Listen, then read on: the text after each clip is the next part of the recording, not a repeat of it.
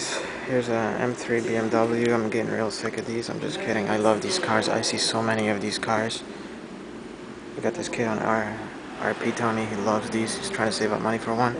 I don't remember how much these things are in the US, but over here it's about 81,000 euros also.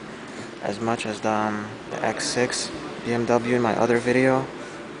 I see a lot of these. There's actually one parked in the parking lot, of course. Belongs to a customer. Carbon fiber top. Very nice car. I love these.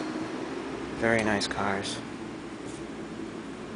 Nice 6-speed and everything. And there's your price tag right there. Almost 82,000 euros. Luxembourg. So that's 127,000 American dollars. So if you think this car's pretty nice, check out my other cars. I got posted on the internet, just the videos. Got the Ferrari Enzo. I just spoke to the dealer lady. She told me there's quite a few Bugattis registered here in Luxembourg, and there was one here the other week. So guy came here, bought some BMWs or something.